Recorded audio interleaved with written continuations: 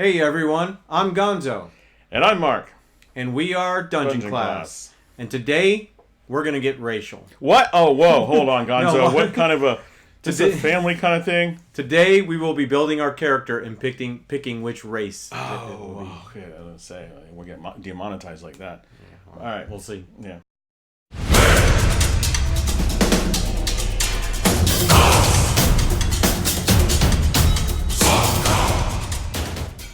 All right, so so how many races we have to choose from, Gonzo? 10. In the player's handbook, we have 10 races to choose from. There are lots more in other books and on online and that kind of thing, but we're using the player's handbook to build our character together. So we've already picked we picked the name, which we had Rollo Springsteen. Okay. And we decided actually off camera that we wanted Rollo to be short for Rolina. Oh, so right. Rolina Okay, Springsteen, good. and like we rolled, and we were going to be building a bard. So now we're going to go through the races, talk about them, and then figure out which race this bard will be. All right, so if we're going to talk about races, then we got to start off with dwarf. And dwarfs are your little guys. You're used to them seeing me like in Lord of the Rings. Gimli, good example of a dwarf. Short, stocky, high constitution. Like to live underground a lot of times, not always, but yeah, strong, all those things. They love gold. They love gold. I love gold. Yeah, that's true. Maybe I'm part dwarf. All right, so what's after dwarf? Well, after dwarf is what some of them call the master race, the elf. Some of our players, the elves. Yeah, and again, remember, in each of these races, there are sub-races, which we'll talk about later in more in depth in other videos. But elves, think of Legolas, again, a perfect example of an elf. Sometimes they have pointed ears. There's different kinds of elves, and they're dexterous. They make great almost anything, from fighters to magicians to bards or warlocks or anything. Elves are really versatile. All right, so next would be halflings. Okay. Halflings are little guys. They're diminutive, real small, and think of like hobbitses from Lord of the Rings. So the halflings, they're small little guys, and they're just like a small human, real petite, and they're typically they're small. They have all the features of being Is that small. their only features? No, well, they got more features, but they're just everything small. Okay. Everything. They're curious. I know that they're real curious, and because they're small, they get some. They make good rogues, then, right? Yeah, I was gonna say they're good at being hidey because they're small like that. They don't take up a lot of space. Yeah, that's true. Yeah, and like you said, the hobbits are a good example of halflings, and then we have humans. I don't really know much about humans. Though they're actually the most populous in most D&D worlds or campaign settings, and they're the most versatile, honestly. They can be anything. They can be any of the classes. Now, we know we're building a bard, but obviously they can be they can have any kind of lingo or skin color or anything, and they're good at everything. Yeah, I don't know why. Yeah, multifaceted. Yeah. That seems kind of racist, I guess.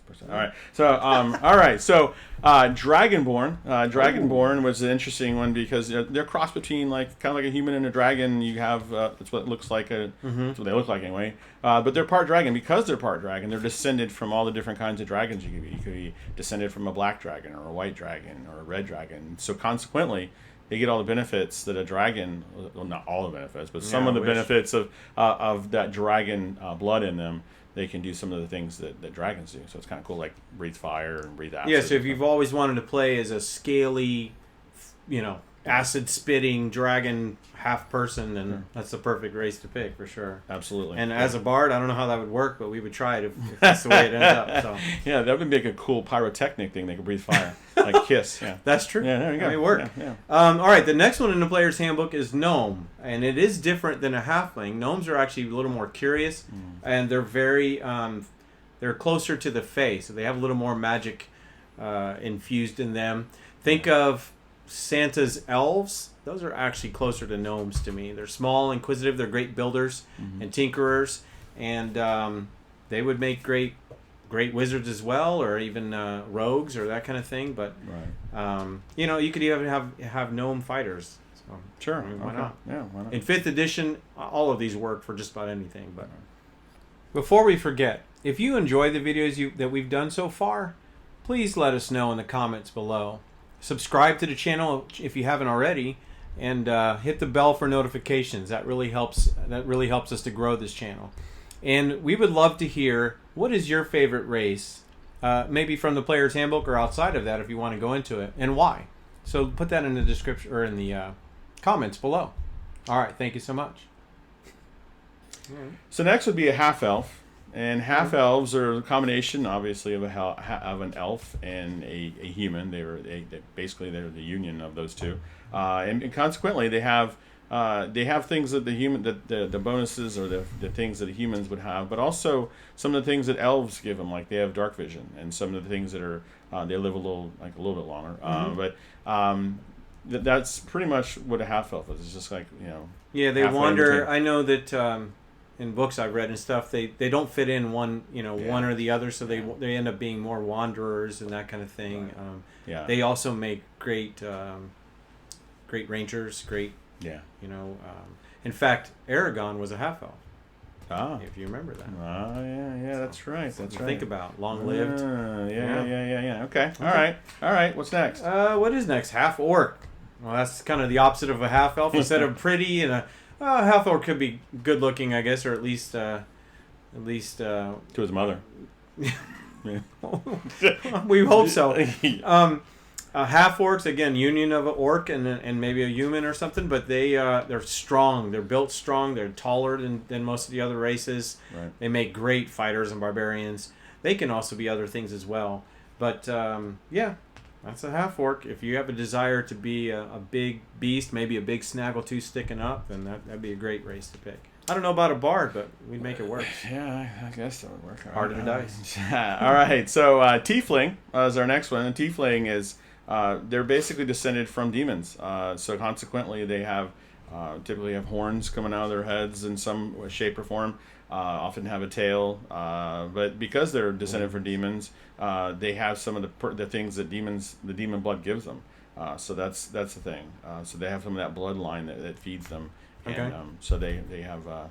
So like Hellboy. Like Hellboy, yeah. Hellboy is a good example, I think, of part of the a little bit of infernal in them or something. Yeah, definitely. Is that the 10th one? And talking about you mentioned about being an outcast. The half-elves. Yeah. Well, Tieflings are definitely outcast. People look at them right away and go, "Oh, I don't know about you. You're part demon." So they get shunned quite a bit. So that's the thing. All right. So this was a very quick rundown. We want to go into depth into all of these, but we wanted to do a quick rundown so that we could basically pick what race Rolina Springsteen, the bard, is going to be.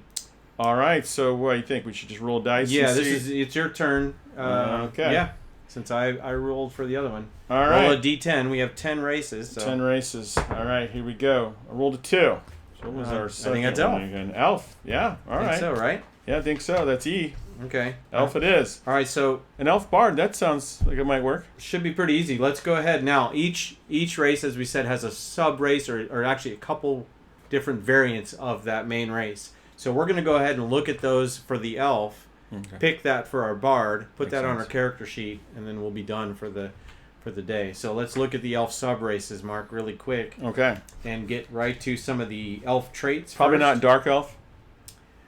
We could talk about it for sure, but let's talk about the traits that elves get really quick. Okay. Well, for this video, I don't know. Because the elves are so dexterous, they do get to add 2 points to their dexterity roll. We're going to talk about ability scores in the next video, actually. So that will be helping the dexterity roll, and then the different sub-race will add something else to a different ability score. Gotcha. So our options in the player handbook, anyway, are what? High elf? Yeah, high elf. Wood elf. Or dark elf. So, yeah. That's a personal preference of some of the people at our table, dark elves. Dark elves. All right, so dark elves, the reason they're included in the player's handbook, to be honest, is only because of Drizz't from the R.A. Salvatore books. Yeah. So many people love those books. I think I have one behind me somewhere. That he became so popular that a lot of people want to play a dark elf. They're generally more inherently an evil race. Right. And his storyline is that he broke away from the mold and became a hero.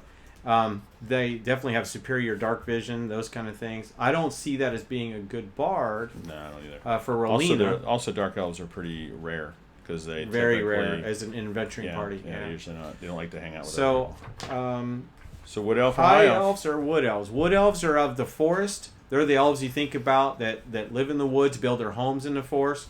Legolas, I think, was a wood elf. And, they make great adventurers. And then high elves are the ruling class of elves. They're the ones that maybe interact with people the most. Maybe not as secluded as the wood elves or the dark elves. Yeah. So they're maybe the most common elves that people would interact with. That probably makes more sense than a wood elf. Not as woodsy. High elf does seem like it would fit a little more. So Rowena Springsteen, if she's going to be charismatic, sure, as a bard, they always are. High elf may be what we need to make her. I think that'll fit. I think high elf is the way to go for this, and we can even in the background we can tinker with that. Or we roll and we live in. That's true. We can go there. No, there's only 3 choices. So we could roll a 6-sided die. All right, let's do it. Oh Let's my do gosh. it. Let's go for it. Heart of the die. Heart of the dice. All right. Okay, So I'm Rowena. I hope you're not a dark elf, but we'll make it work. That'd be sweet. All right, I'm rolling. Roll a That's a 6. dark elf. Dark elf. Yeah, 5 There we and go. 6. So like we said, perfect dark elf. Perfect. That totally works. All right. All right. So this will be an interesting fit. We can have some fun with this. Yeah. So Rowena, our bard, dark elf. We'll put that on the. All right. I like it. So Gonzo, I think that's about the time we have for this particular video. All right. Until next time. Class dismissed.